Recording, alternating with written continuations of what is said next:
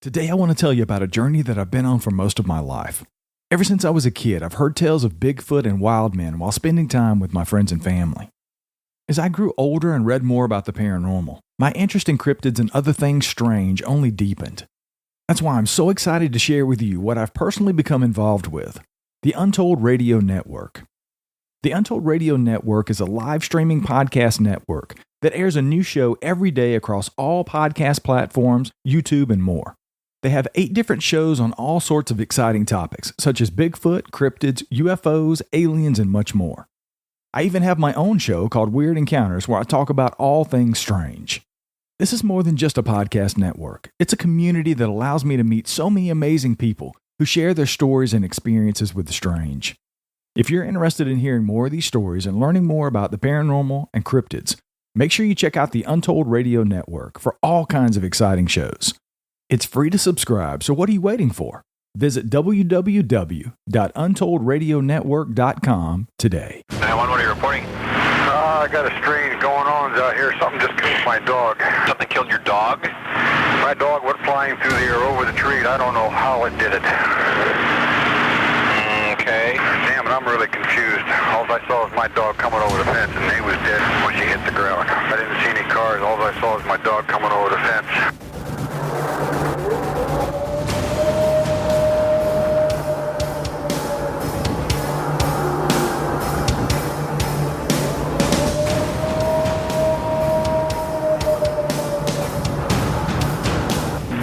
What are you reporting?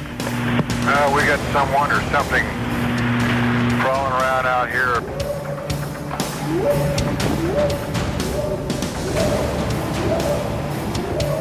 Did you see what it was? It was standing up. I'm out here looking through the window now and I don't see anything. I don't want to go outside. Jesus Christ, you better... Sir? See ya! Hello?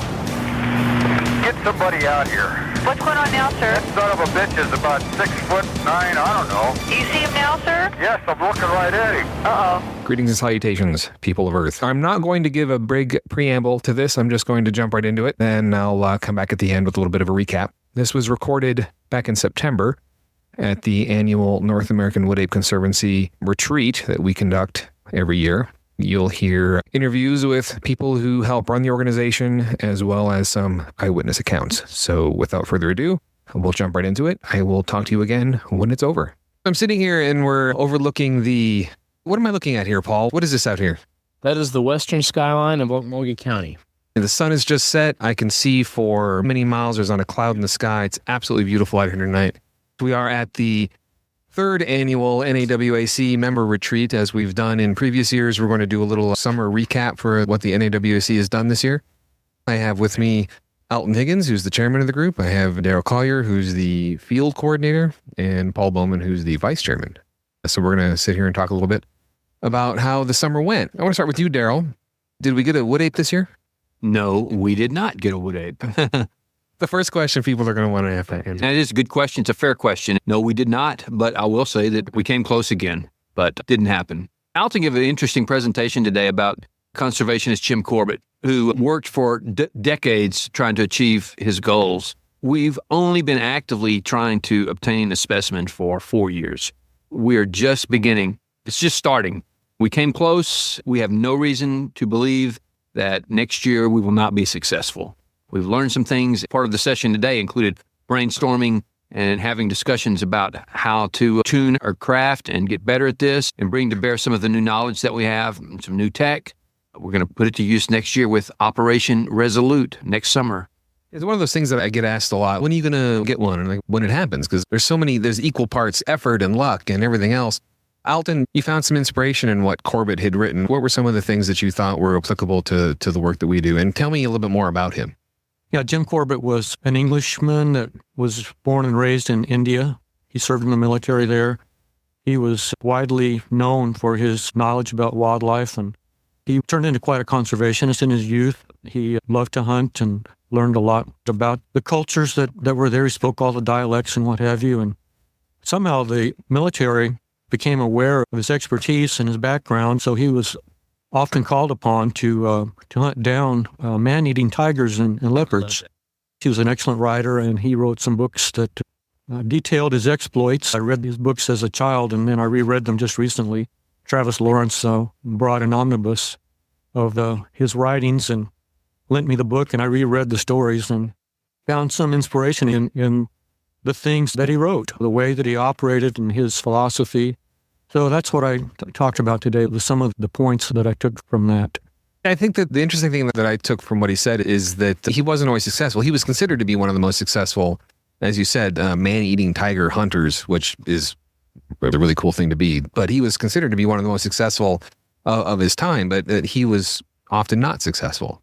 It sometimes took him many tries and many months of effort, years sometimes, to finally shoot one of these creatures. They were exceedingly intelligent. He said we underestimate the intelligence of animals. And he said that all these people that failed before him, one of the things that characterized their failure was that they weren't patient enough, that they didn't really have the discipline to put in the time to endure the sits that are required to capture or to shoot one of these creatures. So I think that applies to us as well. It takes a lot of patience. He never gave up. He would keep after it. So that was one of the points I tried to emphasize. So Paul, from your perspective, what's your take on the year that we've just concluded? I've come to the conclusion, actually in the last few weeks, that I used to be a glass is half empty kind of person. I realized I'm actually a glass needs a refill person, preferably with a single malt scotch. I was disappointed, of course. I've learned since I had my sighting and since just all the experiences that we've had, I've always thought that we were literally so close. We were right there. We are on the very verge of making this happen. And then when it doesn't happen, I'm filled with utter disappointment. If I may, we had a large event here last weekend, a big motocross race, a charity here. We're at the Bowman Lodge. Yes, here at the ranch. It was a charity race, and some of the guys came back today to help clean up the course, the dirt track that they made. One of them was a veteran, and I wanted him to meet Daryl. So I just basically had to tell him who was here today. That's not a 5-minute conversation. And it dawned on me, and I said to him, as I say these words to you, and as I give you a few stories about what's happened down there in that Valley of the Apes, to any person that's not either a friend or family member, it sounds utterly ridiculous. It sounds fantastically impossible. Yet we experience these things. We've seen them with our own eyes. We've heard them. It's very real. All that's really done is it's tempered the sword, so to speak, for me, because we are the only people that are actually doing this. It almost doesn't matter if anyone believes us or not. I've finally reached that point. It's almost a spiritual awakening where you realize, I don't care if you believe me. I don't even have to tell you what we're doing. You can laugh. That's right, because I'm not. We're doing this for the world. We're doing this for the species. We're doing this for, hopefully, ultimately, the ultimate conservation of habitat, of not only for them, but all the animals and wildlife that exist with them. You don't have to believe what I believe and what I know to be true. And there again, I've spoken before about that word belief, and I can't stand using that anywhere in the context of the wood apes.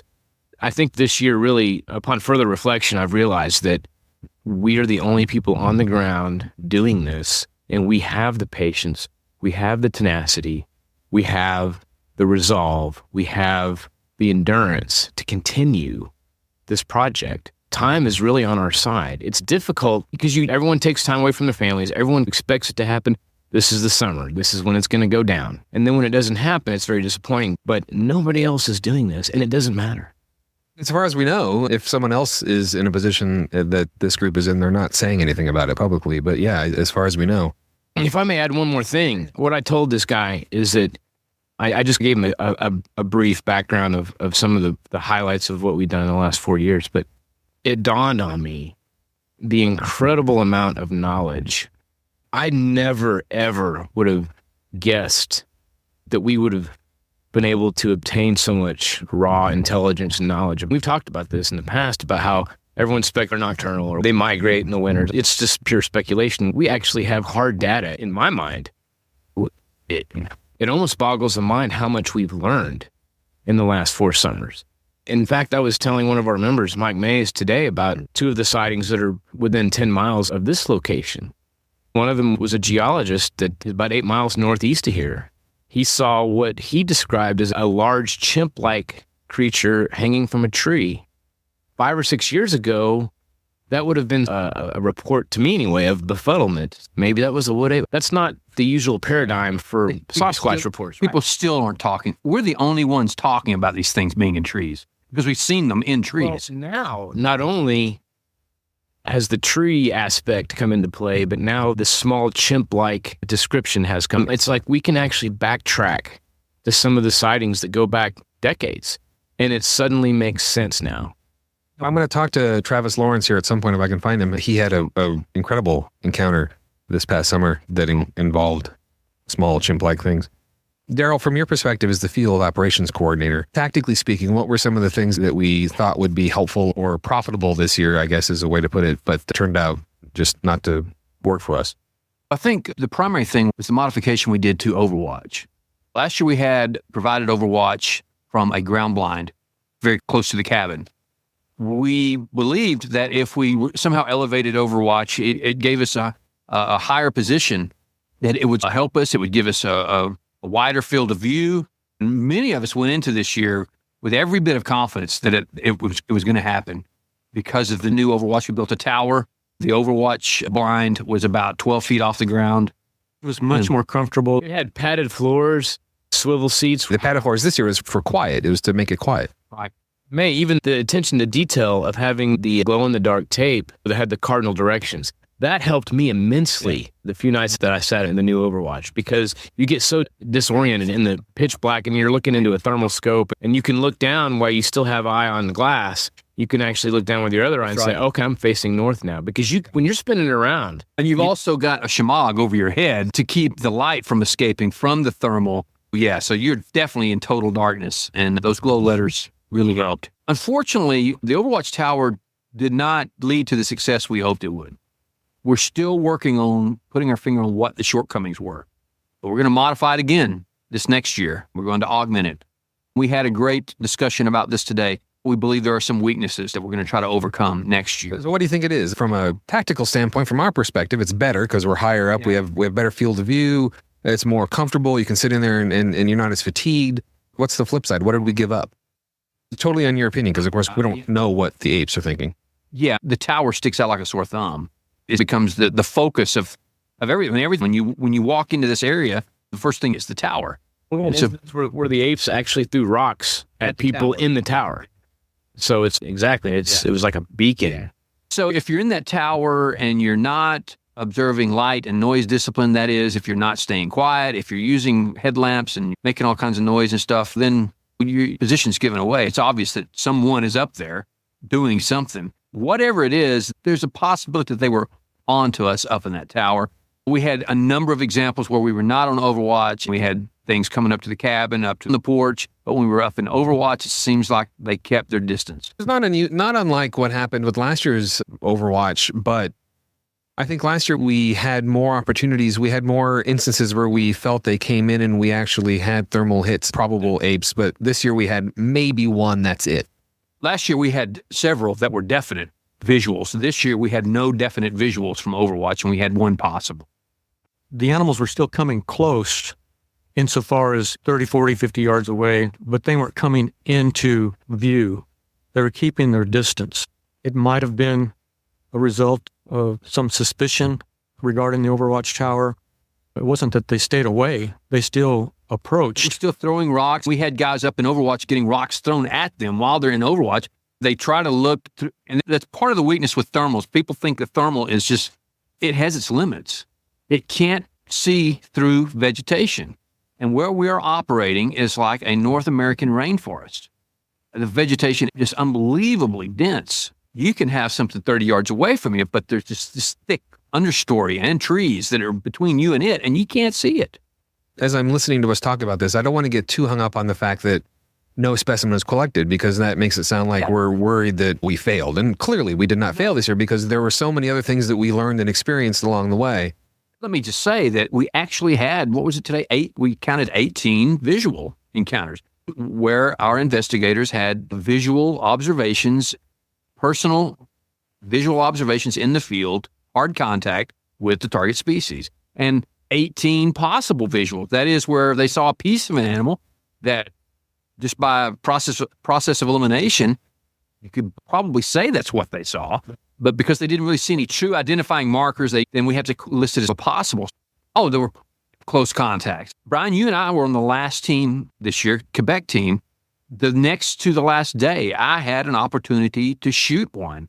It just moved just in the nick of time to keep me from putting a round into it. And this is what I'm going to say. So people are going to hear, because I know, as they've asked me this on the internet before, but 36 times. You're going to say you saw 36 wood apes over the course of the summer.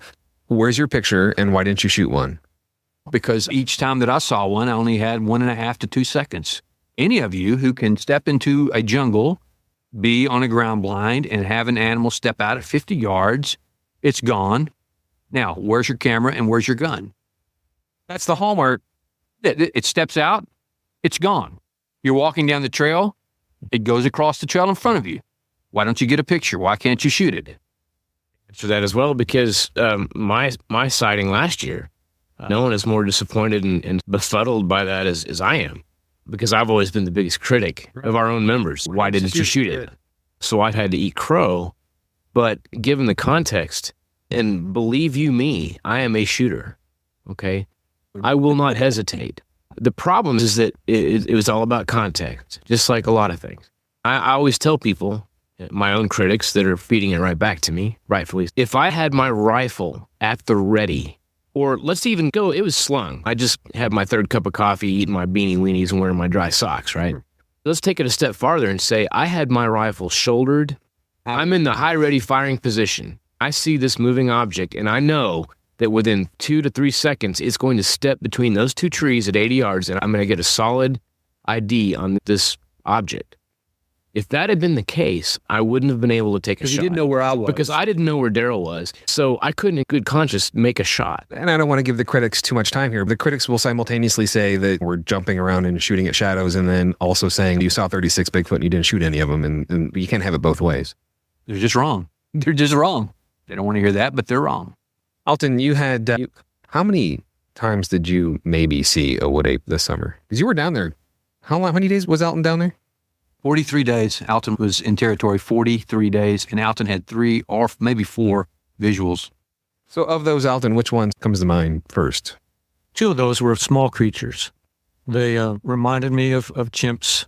We had the opportunity this summer to send in reports of our activities and observations on a fairly regular basis every few days. We had either phones that had the right kind of boosters that we could get out, or we'd drive up to a place where we had phone access and we'd phone Daryl and update him, or we'd email or text or send things to you. 2 of the sightings that I had reminded me of basically chimpanzees, black creatures. One of them was, we heard a loud, it was either a tree break or a large limb break, and Travis took off towards the bottleneck, and I was behind him, and I stopped and was just glassing the side of the mountain. I saw just briefly, just for a flash, this black creature that ran down the mountain at an angle. That was the last I saw of it. It was just a second or so. We reported this. Then, when I was there for my 5-day solo, I heard some knocking and racket down towards the property gate. I went in that direction, and I saw a creature that confused me. It was black again and had reddish highlights on its hair. I didn't get a good look at its head. I didn't notice a tail. I can't say it didn't have a tail, but I did not see a tail. It crawled off in a very strange fashion. I took off after to see if I could see it again, and I didn't relocate it. But the color, this black kind of reddish tint combination, and the size of the creature was like a large coon size. Those 2 observations taken independently could be dismissed. But then when Travis had his sighting that you'll talk to him about later, those 2 things made sense. They fit in. They all clicked. Yeah. So that's what I guess impressed me as far as the 4 sightings. But all 4 of them were interesting in their own ways. Again, this fits in Daryl's category of sightings that weren't certain. I can't state unequivocally that that's what I saw. An ape. Professor Leeper and I were involved with a situation where I was going to walk him to a position where he could overlook a large area, and then I continued on past him and then delayed for a while and came back. And as I was passing by his position, I heard some ruckus up ahead, some steps, 3 quick steps. It was a heavy sound, 3 heavy, quick steps. It was going from my left to, I got excited because I knew it was going to cross the road. But what I saw was this kind of dark brown creature that crossed the road so fast it literally was a blur. Stay tuned for more Sasquatch Odyssey. We'll be right back after these messages. I couldn't tell anything about it except color and relative size. That was interesting. Relative size, how big do you think it was? Ken had me do a reenactment. He's really into doing reenactments. So he had Travis go to the place where I saw it cross the road, and he and I stood where I saw it, which was about 40 yards, or 40 steps, close to 40 yards. Travis ran across, and of course he running as fast as he could. It wasn't nearly as fast as what I'd seen. But the size also struck me. I saw Travis, and he looked small. He's 6'3", and he's a big man. 250 pounds. It wouldn't surprise me. He's a large lad. So that was interesting. When I ran up to see if I could locate it again after it blurred across the road, there was a loud commotion behind me, like at 8 o'clock or so. It succeeded in distracting me. I looked back to see if I could see it, and then it suddenly hit me. Maybe this is an intentional distraction behavior. Away from the other one to crawl. So we've had that sort of thing. We've speculated anyway. That's what that was. A number of times when we've seen one or been close to one and we start to pursue it, something loud distracts us in an opposite direction. Think about that for just a minute. Think about the last 30 years, all the documentaries and the movies and the shows, everybody from the community and everything, they've contributed to this endeavor, okay? Whether it be just armchair research or a full-on in the field type stuff. But think about the concept of what Alton just said. We're a long way from Weird Travels, Unsolved Mysteries. TV shows that the group has been on in the past. If you really stop and think about it, this is incredible data. What's interesting about what he said, and when he said it, it struck me that we've actually had multiple cases where this happened over the past summer where we've learned that tactic of theirs. Like when we're focused on one direction and we hear something in the other direction and we look, we go, or we focus our attention there, we think, oh no, this is what they're trying to do. Because we've experienced it so much. It's part of what we've learned. 4 or 5 years ago, to me, it boggles my mind that we've come so far, and it's all been by experience. It's not speculation. It's not conjecture. It's literally on the ground, real live experiences that have molded. It's very observable, repeated observations of this. And it's obviously a smart animal. We know that. But this is something that we can try to exploit. Daryl, a couple of just number questions for you. This was Operation Tenacity, right? I kept getting this one and the last one confused in my head. How many days total? 122. How many investigators were on site over the course of that time? 41. That's a record. Last year it was not that many. Last year, I think it was 36. About 115 days, I think, last year. But yeah, we're constantly trying to expand, increase our time in the field, the number of people.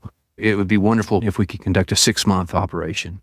This gets back to the nobody else is doing this. And there are things that we do tactically day to day that other people are doing out there. But this idea of putting 50 people in the field for almost 4 months, whatever it was. Yeah, I don't know. I've not heard of anyone doing that. And when I said that, I didn't mean that as a slam on any other researchers and what they're trying to do. It's just that we are gleaning observations and what I would call hard intel on these animals and their behaviors. It's repeated from summer to summer. It's just not that I'm not trying to brag. It's just that we're just trying to make it happen. I get you.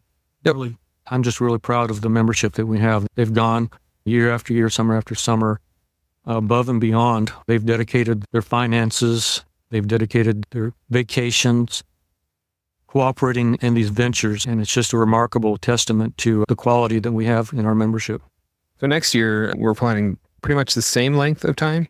Yeah, it's going to be roughly the same amount of time, maybe a little longer. Now, one of the more controversial aspects of the things that we experienced this year was this whole business with trees. The last time I had you on the show, we had a handful of experiences where we had documented trees falling. The week that I was there, we had the tree fall down, but then there was the week when I was on the phone with Ken Stewart and the tree came down. How many trees and or significant limb breaks did we document this year? You recall the specific number? 27. 27 trees. So the branches were similar, correct? While we were there for 122 days, our investigators observed 27 tree falls. These are big trees. These are loud, obvious, cracking. We saw a number of them. We probably saw as many as we heard fall.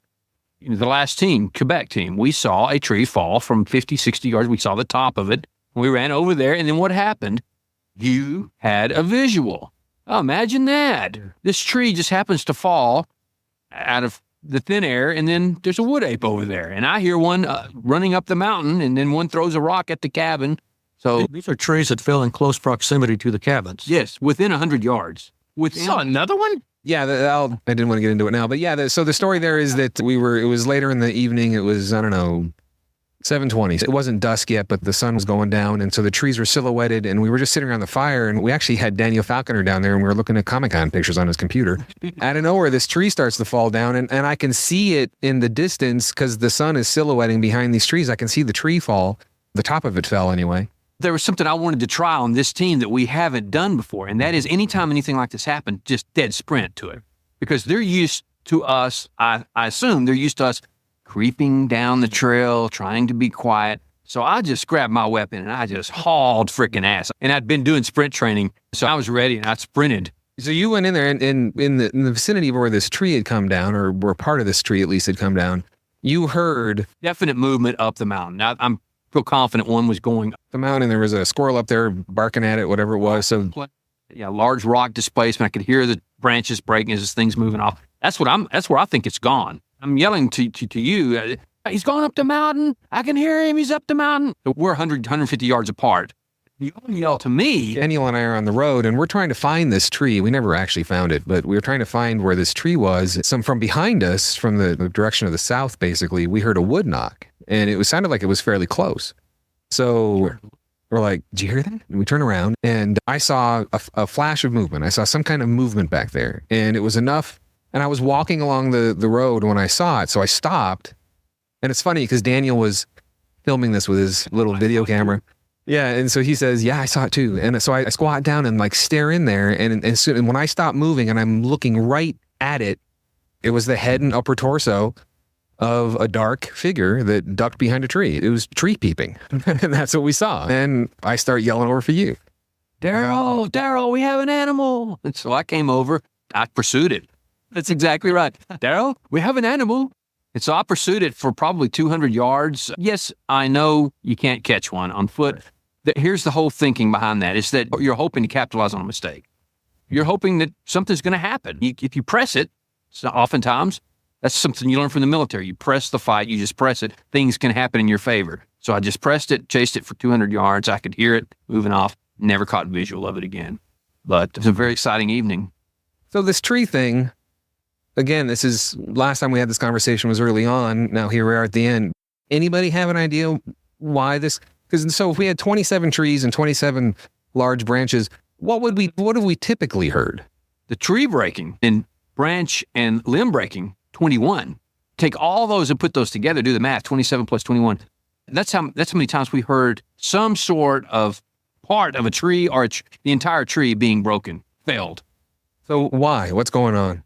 I think it's a part of intimidation behavior. That's what I believe. I believe they are breaking vegetation. Just like I said the last time we talked about this, Brian, in terms of the forest, breaking a tree is a nuke. It's the loudest thing that you could do to produce noise. And if these animals equate noise with power, then what better way than to break 2-foot diameter tree, create this humongous explosion of a sound. All kinds of secondary sounds too. Yeah. Alton, you want to pop in here? Yeah, I think this idea of intimidation makes sense. I was in the valley once this summer with Dr. Ken Hilmer. He and I walked way towards the base of the South Mountain, the mountain that's south of the camp. We positioned to where he was facing in one direction and I was near him facing in the opposite direction. We hadn't been there very long. Down comes a tree, very close to us. I heard it from my position. Very close to us. When we were finally through with our sit, we went over to find the tree. Ken saw where he said a creature could have come up. There was like a path there. And he said, creature could have come up this path, pushed this tree over, retreated. I would have never seen it. Here's an instance where we were far from the camp, yet we had a tree pushed over near our position. 40 yards from you, right? It was very close. 30, 40 yards. 30, 40 yards. Yeah, maybe. It was close, right in front of Ken. To me, that makes sense. It's a huge coincidence at the very least, but it makes sense to me in terms of these things following people around and pushing trees over. It reminds me of our experience in Arkansas when we were there years ago. Again, it's a great noisemaker. I mean, I was there for that. That was a Juliet team.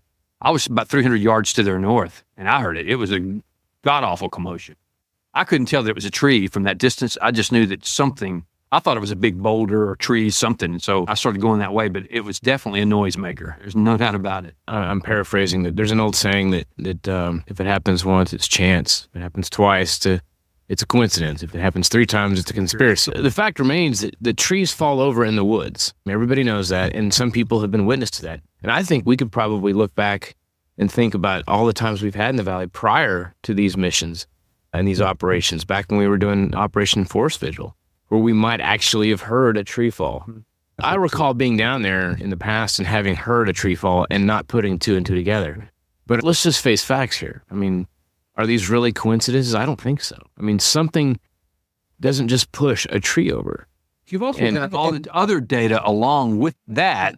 You got rock throwing all in happening concurrently almost. Context. Yeah. It's about the totality of the circumstances of what goes on down there. And that context is what I was getting at a minute ago. We haven't observed this kind of behavior at this quantity in previous years, have we? Not as it relates to tree breaks, tree falls. It's something I don't want to call it a new phenomenon, but it seems to have increased.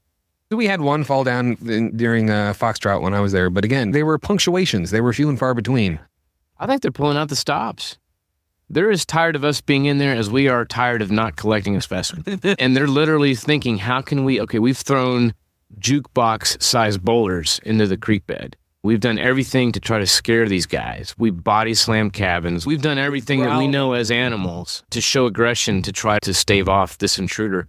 And I think that's what they're, dare I say, in the last 4 summers, the tree breaking and the tree felling. Not a new phenomenon, but it's just a more observed. And I just think it's just one more tool in their toolbox to say, hey, get out of our valley. Who else can do that? One other difference is for about a week or so, the apes up to the game in terms of rock throwing, because we had a number of quite large rocks that were thrown at the cabin this summer, and we hadn't seen that before. Very large. The one that you were able to send photos of, it was larger than a bowling ball. It was a big old rock. My daughter came in with me for our Juliet team.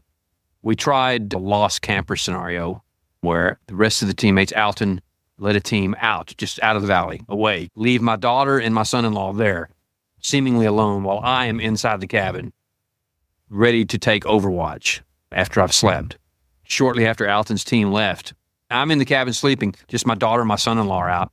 They start lobbing these big rocks, big, huge rocks. Of course, it scared my daughter, and my son-in-law. Plans changed, had to abort what we had planned, which was for them to sleep in a tent and for me to provide overwatch.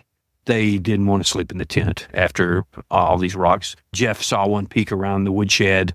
About that again, we're stepping up our game. We're constantly trying to brainstorm and figure out new ideas that may sound silly or ridiculous. We're trying to outsmart them and outflank them, and they're doing the same exact thing to us. It's incredible if you stop and think about it. The dynamic between us and them, they always surprise us. One of the interesting things we did this year that was different, one of these new tactics that we tried was you and I in the last week, Daryl, we tried a new tactic. I call it a tailgate drop. That's where you take 2 guys out on a truck, pick up, and you go out of the valley. You drop them off, and then they hike in under cover of darkness at night. That's what we did. Brian, you and I did. We hiked in from 3.5 to 4 miles west of the compound. We hiked in at night. What time did you depart? We left the drop zone at about 2200. I think we got to the compound about 0100, something like that. We had no lights. The moon was full, but we used no lights when we were down there. We were trying to sneak in. Yeah, and we did. We used no lights, absolutely no lights. We had an encounter on the way down, halfway down. Then we proceeded down into the compound.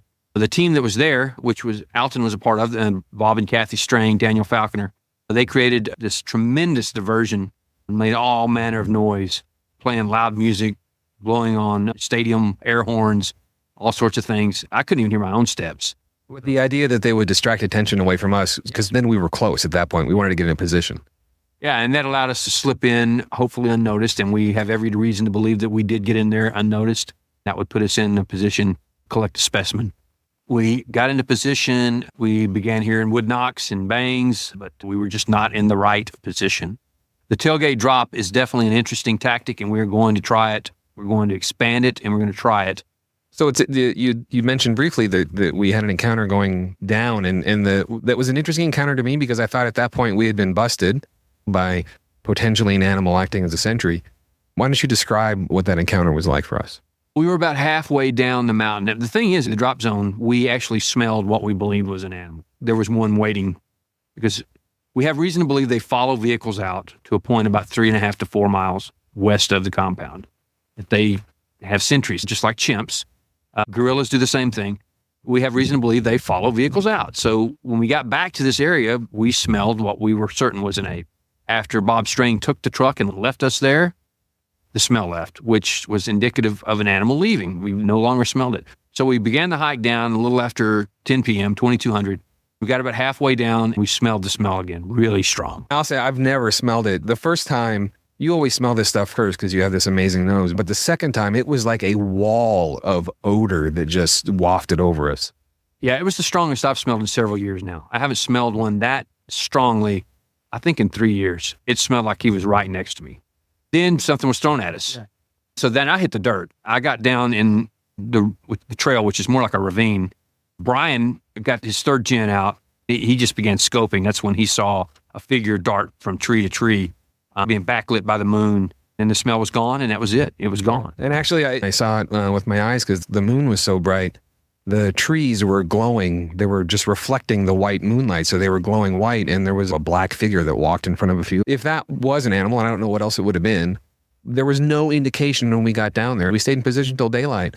We had no indication that any animal near the compound knew we were there. Nothing approached us. We were out all night, from 2200 till, I think we went to bed the next morning at 10 a.m. We were out all night, and nothing ever came within close proximity to us. Nothing approached us.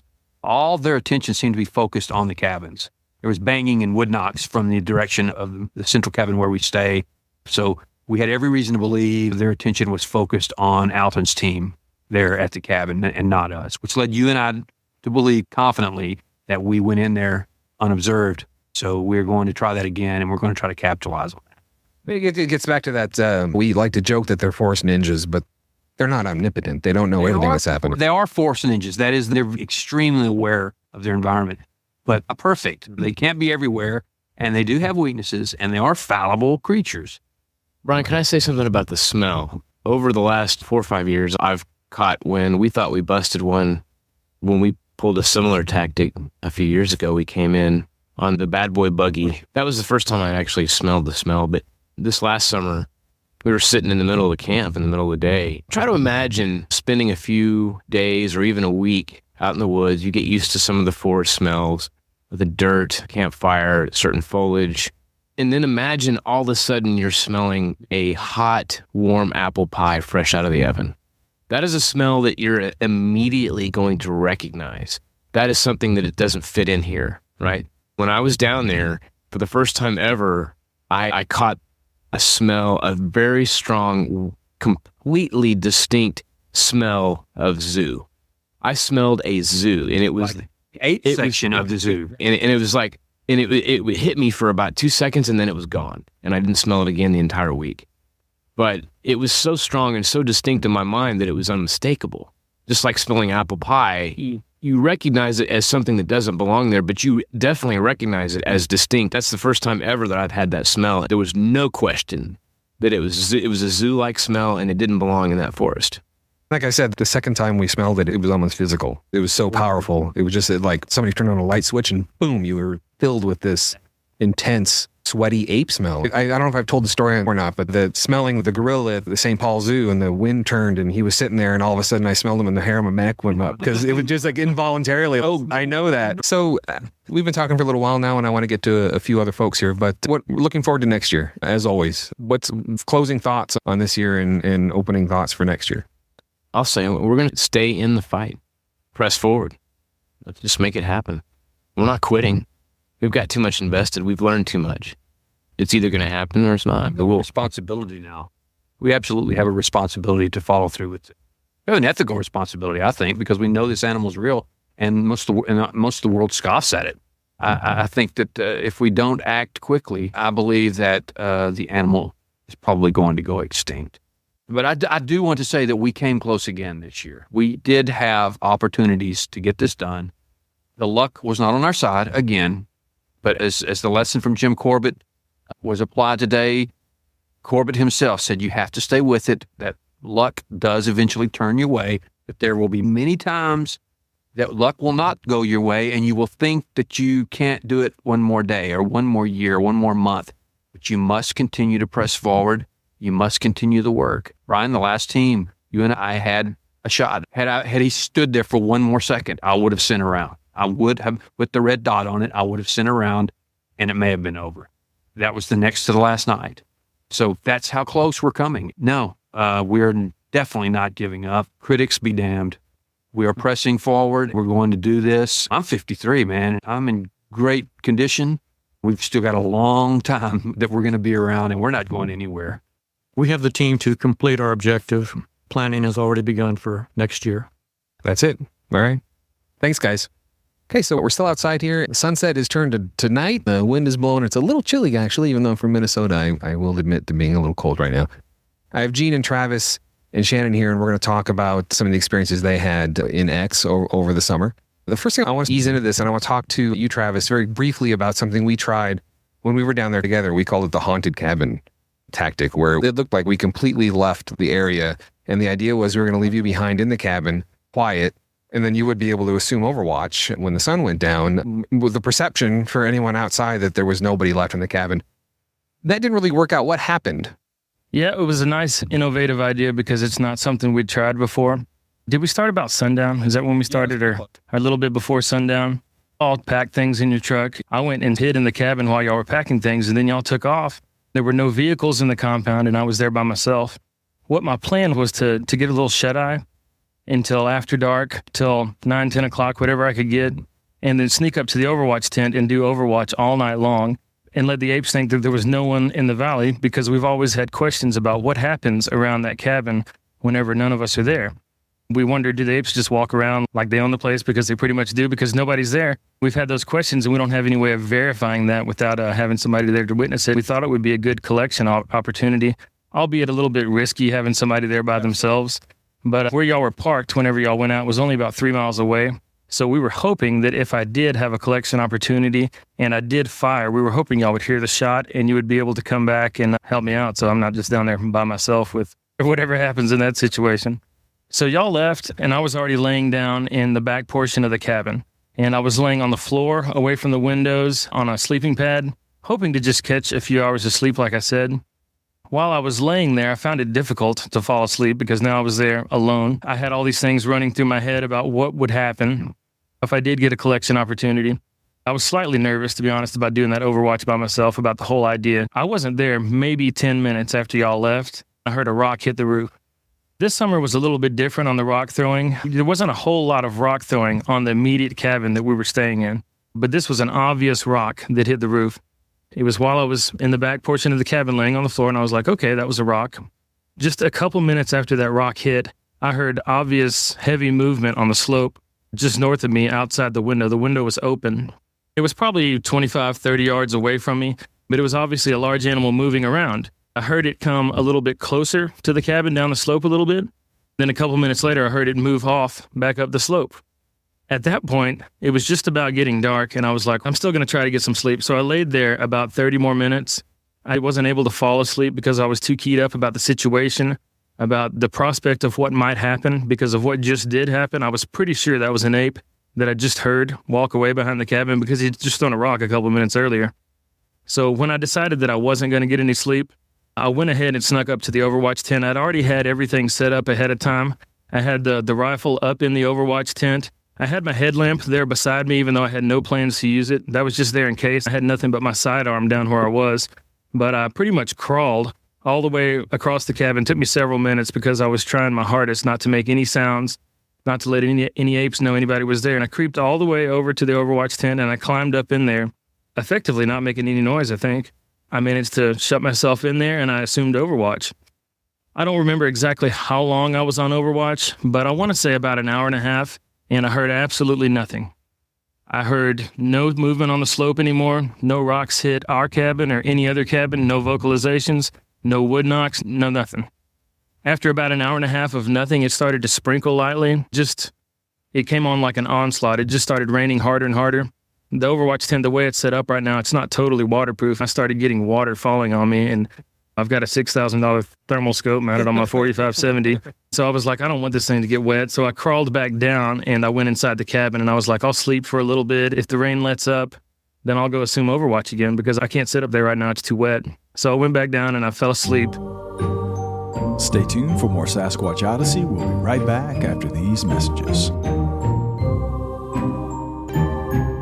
I set an alarm on my phone for 2 hours later. I woke up then, and it was still raining real hard, so I went back to sleep.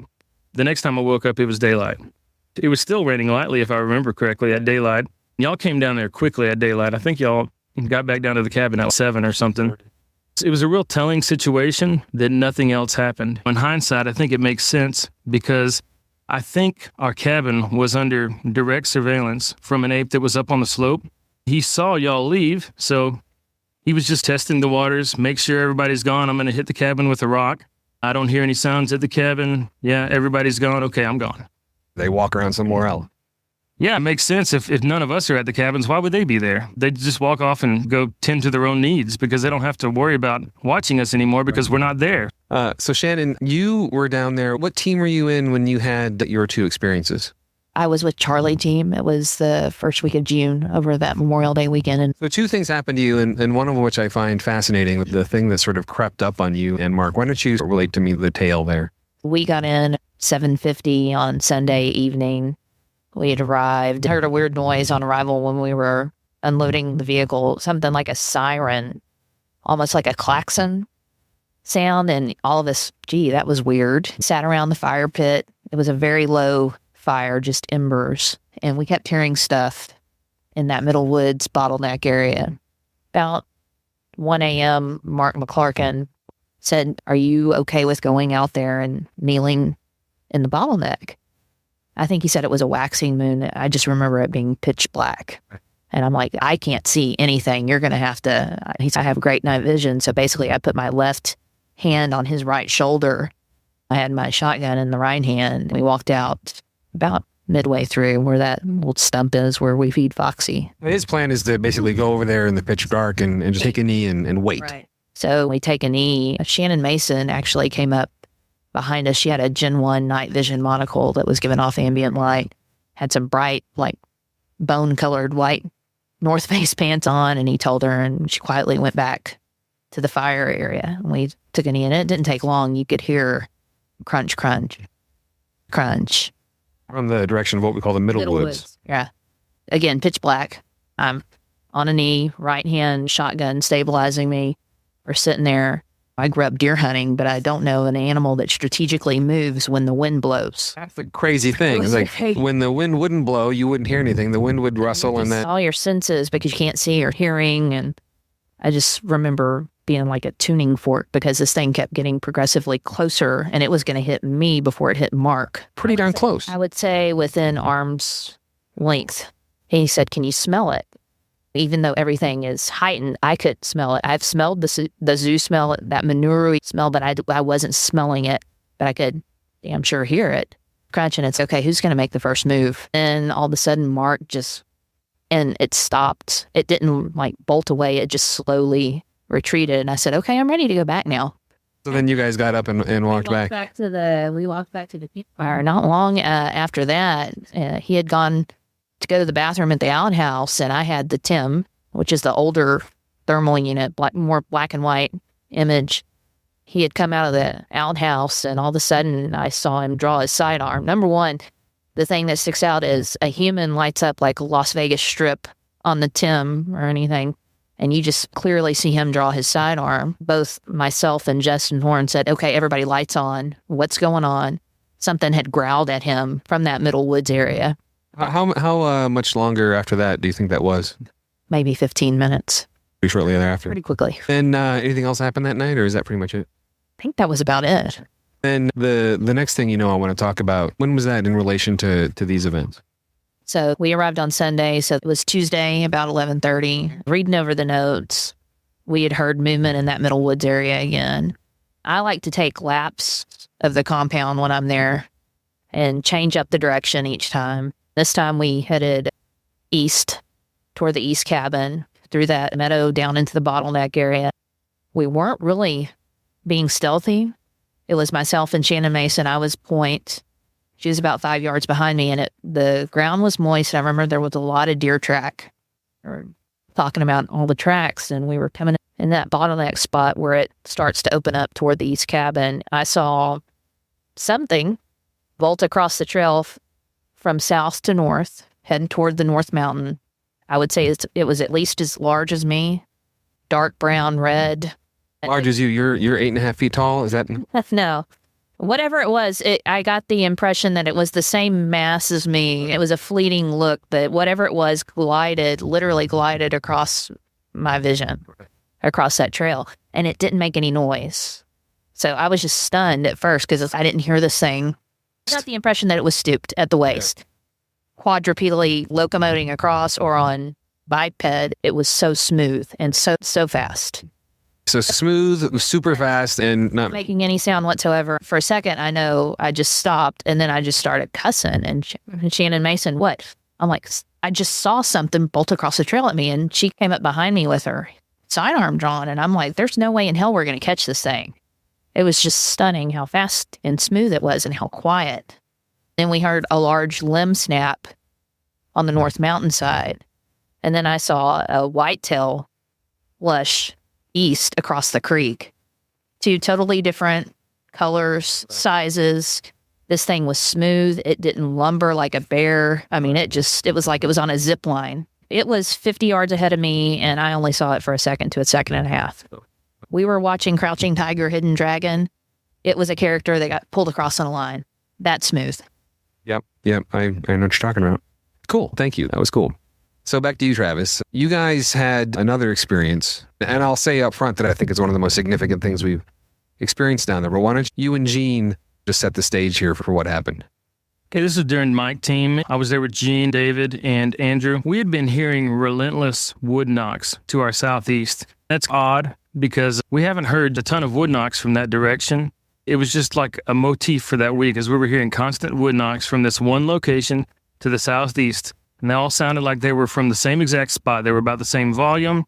We'd heard 10 or 15 of them so far that week.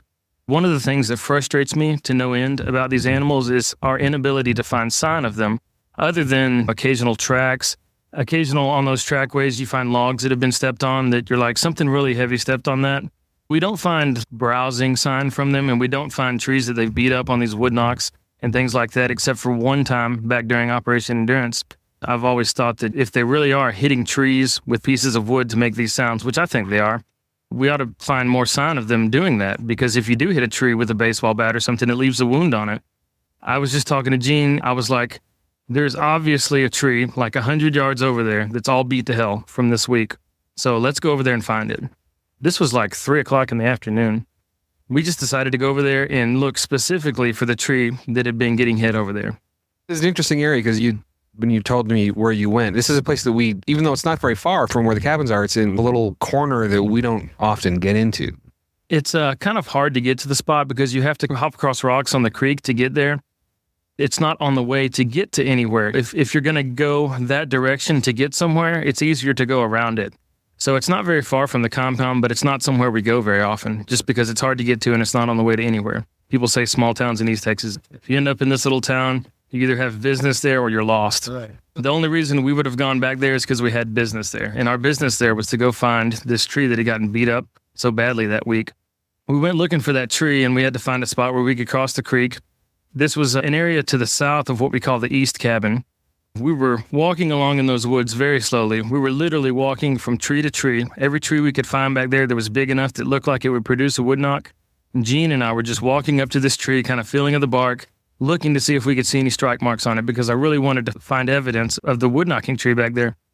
We were moving along real slowly. We weren't hunting by any means. I didn't have my rifle in the low ready because I was looking at all the trees. We were just walking back and forth, and I think Gene actually sort of prophetically called it as we were going back there because we found pieces of trash back there. Gene said something like, there's all kinds of things to play with back here. You remember that, Gene? Yeah. What were you finding on the ground there, Gene? Trash pile or something, wasn't it? Rusted pans or something from like somebody threw trash out. Yeah, it's not too far from this area we call the homestead, where there used to be a home back there. In that area where there was a home, there's little pieces of trash laying around, some bottles and things like that. And there was just some, like Gene said, some old metal pins and things like that laying around the place. As we were walking back and forth in there looking at trees, we were about 75 yards south of the east cabin. As we were walking through there, mid-step, I thought I heard a real subtle sound. The sound was so subtle that it made me stop and look to my east where I thought it came from. It was such a quiet sound that I wasn't even sure I heard anything. Maybe it was a nut falling and it hit a leaf, but it sounded like a real quiet huff. I stopped and I stared to the east for about 10 seconds.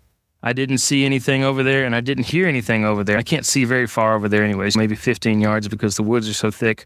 I didn't say anything to Gene because he wasn't standing right beside me and because I wasn't totally sure that I'd heard something significant. So I just went back to doing what I was doing. I started looking at the trees around me again. About 5 or 10 seconds later, I heard a sound like claws on tree bark, or if you were to rub a rough hand down tree bark. I looked over to the east as soon as I heard that sound, and I saw some small animal moving through the grass. As soon as I saw it, my first thought was that it was a raccoon, because it was a very small animal. If you just picture grass and brush that's 2 to 3 feet high, it was moving through that. It wasn't running by any means, but it was moving through it pretty quickly. About the time I saw it, it was just in the shade, and because it was in the thick trees, it was dark, just dark colored. I couldn't tell exactly what color it was. It just looked dark. About that time, I could see that there was more than one. I said, Gene, look at that. Gene looked up and saw them, and about that time, it moved through a little piece of sunlight. As soon as it moved through that piece of sunlight, I could see that it was this real strange color. It was a reddish black, is the best way I could describe it. I went to Vermont just a couple weeks before this, and I saw a fissure up there, and that fissure was about the same color. It's like a black fur with a red tinge to it. Yeah, if you just mix black and red fur together, that's what it looked like. As soon as I saw it right there, I thought it was a hog, which is a stupid thought looking back on it, because we've never seen any hogs in there. We have one game camera picture of a hog. They can't really live back there because the ground's so hard and they can't root. But that's just what I thought it was, because hogs can be that color. And that's the little box my mind put it in, because it was small too. As soon as I thought that, I took a step to my right so that I could see them better. About that time, these couple animals, I didn't know how many there were, they had made their way to a creek and they were fleeing to the east. And I just took a couple steps to my right and I caught a visual of them fleeing to the east. Before I tell what they looked like, I want Gene to tell what he saw, because he didn't see them after that point. What did you see, Gene? Well, Travis saw 4. By that time, I had got up there within 4 or 5 feet of him, and when he said, look, there was a gap over there about 5 feet wide where I could see, and one of them went through that 5-foot gap. I saw the top of his back, and it was like a dark chocolate lab color to me. I didn't see a head or a tail. I just saw the back, and he was moving east. How big do you think this was, like relative to other little animals? Bigger than a raccoon. I would say, yeah, a raccoon can get up 35 pounds. 4. Yeah, I said 30 pounds or so when we first saw it. We said definitely less than 50 pounds because, like I said, as soon as I saw it, I thought it was a raccoon. And, Gene, you've seen tons of animals as they're moving. As soon as you saw it move, could you say what you thought it was? Oh, there's nothing in there of that color in that valley that I know of. Yeah, so you saw the color before I did, or before you could make a preconceived notion about what it was? All I know is it wasn't long hair. It was maybe 1 inch long hair, something like that. I took a couple steps. I took a big step to my right so that I could see up this creek as these animals were running away. And as soon as I did that, I was just blown away instantly, because there was these obviously simian-looking animals running up the creek on all fours. And as soon as I saw them, I realized real quickly what they were. And by that time, they were all gone, because that's what happens. That's the common theme about lots of these things, is you think it's something else. And then as soon as you realize what it is, it's gone. And that collection opportunity is lost. But if you just imagine small chimpanzees running away in a straight line, that's exactly what they look like. I didn't see a head or tail. All I could see was shoulders, the upper part of their bodies. But it was so strange seeing something whose shoulders were outward facing rather than downward facing, like dogs and cats and things like that, because just the way it was shaped as it was running away, it couldn't be mistaken for anything else. I've seen bear cubs in there. I've seen raccoons and things like that running away, and they don't have that shape to them where their shoulders are wider than their waist. These things were running away on all fours. They weren't just booking it full speed by any means. but they were a hurried getaway kind of pace. They were getting away. About the time I realized they were all gone, it was 4 of them that were running in a straight line. So why I think this is so important, and I'm not a biologist, I don't even play one on TV, but the little that I do know is that these animals, if you want to use gorillas as a parallel, producing young, caring for young, that's a resource-intensive activity, right? It ties down certain members of the group because you have the mothers of the group, but then you have these other animals that are assisting and you have fathers. And the idea that there would be 4, all presumably around the same age, because they're all about the same size. Did they all appear to be about the same size to you? Yeah, they all did appear to be about the same size. I would guess that they're about the same age. If you want to extrapolate that primates generally, gorillas and humans have single births most of the time. Yeah. This could mean that there's 4 mothers and they're all having offspring at the same time. To me, again, I'm not a biologist. I don't know the algorithm. I don't know what the calculation is to get to the total number, but it's a hell of a lot bigger number than I ever thought could be in there. You know what I'm talking about?